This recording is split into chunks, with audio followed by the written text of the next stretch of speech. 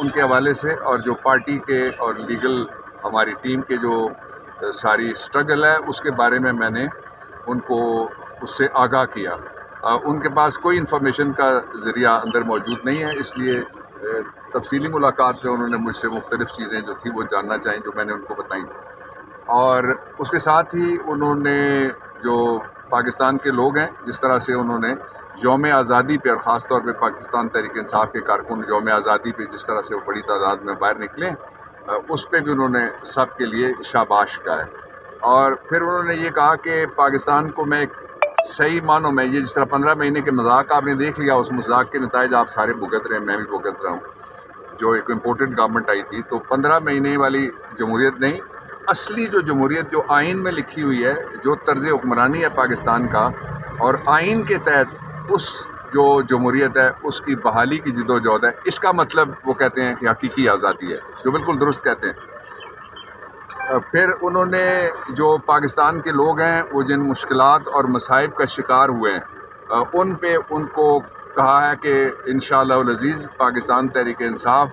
ان سارے مشکلات کا اور جتنی بھی تکلیفیں ہیں لوگوں کی اور مسائل جو پیدا کیے گئے 15 مہینے کے اندر، اور جس طرح سے مہنگائی آئی ہے، لوگ روٹی سے محروم ہوتے جا رہے ہیں، تو اس سب پہ ہماری نظر ہے۔ انشاءاللہ العزیز مستقبل اور جو آنے والا مستقبل ہے وہ انشاءاللہ پاکستان تحریک انصاف ہے۔ ساتھ ہی انہوں نے یہ ہدایت کی ہے کہ 90 روز میں الیکشن منعقد کروانے کے لیے فوری طور پہ کور کمیٹی نے پہلے ہی فیصلہ کیا ہوا ہے، انہوں نے کہا فوری طور پہ سپریم کورٹ سے رجوع کیا جائے۔ سہولیات کے بارے میں کیا کہتے ہیں انہیں؟ سہولیات انہیں جو دی گئی ہیں، سہولیات جہاں تک عمران خان کی قید کا تعلق ہے، ان کے لیے سہولیات اجنبی لفظ ہے۔ فوری طور پہ کور کمیٹی نے پہلے ہی فیصلہ کیا ہوا ہے، انہوں نے کہا فوری طور پہ سپریم کورٹ سے رجوع کیا جائے۔ سہولیات کے بارے میں کیا کہتے ہیں انہیں؟ سہولیات انہیں جو دی گئی ہیں، سہولیات جہاں تک عمران خان کی قید کا تعلق ہے، ان کے لیے سہولیات اجنبی لفظ ہے۔ اجنبی لفظ سہولیات، وہ صحیح معنوں میں جو حضرت یوسف علیہ السلام والی قید تھی بغیر کسی سہولت کے، اس طرح کی ان کی قید ہے۔ سہولیات والے وہ تھے جن کے لیے آپ کو یاد ہے کوٹ لکھپت کے باہر ایمبولنس کھڑی ہوتی تھی، اندر پلیٹلیٹس گرنے والے بیٹھے ہوئے ہوتے تھے کہ اوپر چلے گئے، نیچے چلے گئے، آ گئے، غائب ہو گئے، اور پھر اندر انہوں نے کہا گدا دو، گدا دے دیا گیا، انہوں نے کہا ٹیلی ویژن دو، ٹیلی ویژن دے دیا گیا۔ جب ٹیلی ویژن دیا گیا تو اس میں پی ٹی وی چل رہا تھا، تو آپ کو یاد ہوگا نواز شریف نے کہا میں پی ٹی وی نہیں دیکھوں گا، میں انڈین چینل دیکھوں گا۔ یہ ایک مرد کلندر ہے، اور جس کا جو حوصلہ ہے، پہلے اگر وہ چٹان تھا تو اب پہاڑ ہے، پہلے اگر وہ پہاڑ تھا تو اب وہ ہمالا ہے۔ اور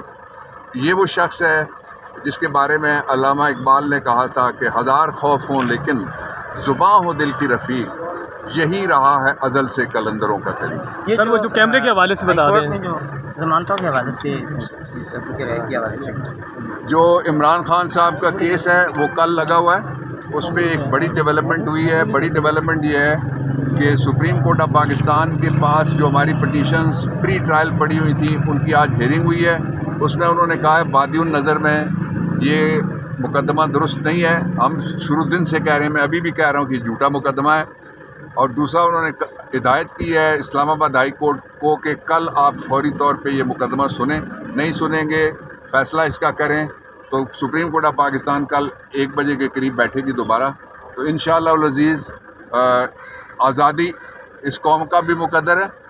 آزادی عمران کا بھی مقدر ہے۔ خان صاحب نے کورٹوں پہ اعتماد کا اظہار کیا ہے، اور میں جو بات کرنی اسٹارٹ کرتا ہوں پورے پاکستان کو اور جہاں جہاں ان کے فالوورز ہیں، یہ پیغام دیا ہے کہ جیل میں آ کے مجھے پڑھنے کا موقع ملا ہے جو ویسے نہیں ملتا تھا۔ قرآن حکیم تقریباً ختم کر لیا انہوں نے انگلش ترجمے کے ساتھ، عمران خان صاحب نے قرآن حکیم اردو کی بجائے انگلش ترجمے، وہ کہتے ہیں کہ انگلش ترجمہ میں نے پڑھا ہے۔ دوسرا جو انہوں نے کتاب پڑھی ہے ابن خلدون کے بارے میں، تیسری کتاب انہوں نے سیدنا عمر رضی اللہ عنہ ان کے بارے میں اور ان کے دور حکمرانی کے بارے میں پڑھی ہے۔ اور جو چوتھی کتاب انہوں نے پڑھی ہے وہ ایک بڑی زبردست قسم کی کتاب ہے، اور وہ جارج اوون کے 1984 اس کتاب کا نام ہے، 1984۔ اور پھر ایک اور جو کتاب انہوں نے پڑھی ہے وہ پاکستان کے حالات کے اوپر بڑی فٹ آتی ہے، اس کا نام ہے اینیمل فارم، کہ بندوں کو کس طرح سے جانوروں کی طرح فارم کے اندر قابو کر کے رکھا جاتا ہے۔ اور اس نے دوسری بات یہ کہی ہے کہ حقیقی آزادی کی جد و جہد کے لیے، یہ تو بڑے تھوڑے دن ہوئے ہیں، اگر میری پوری زندگی بھی لگ جائے تو میں پیچھے نہیں ہٹوں گا، میں کھڑا تھا، میں کھڑا ہوں، میں کھڑا رہوں گا۔ یہ ان کے الفاظ ہیں جو میں نے آپ تک پہنچائے ہیں۔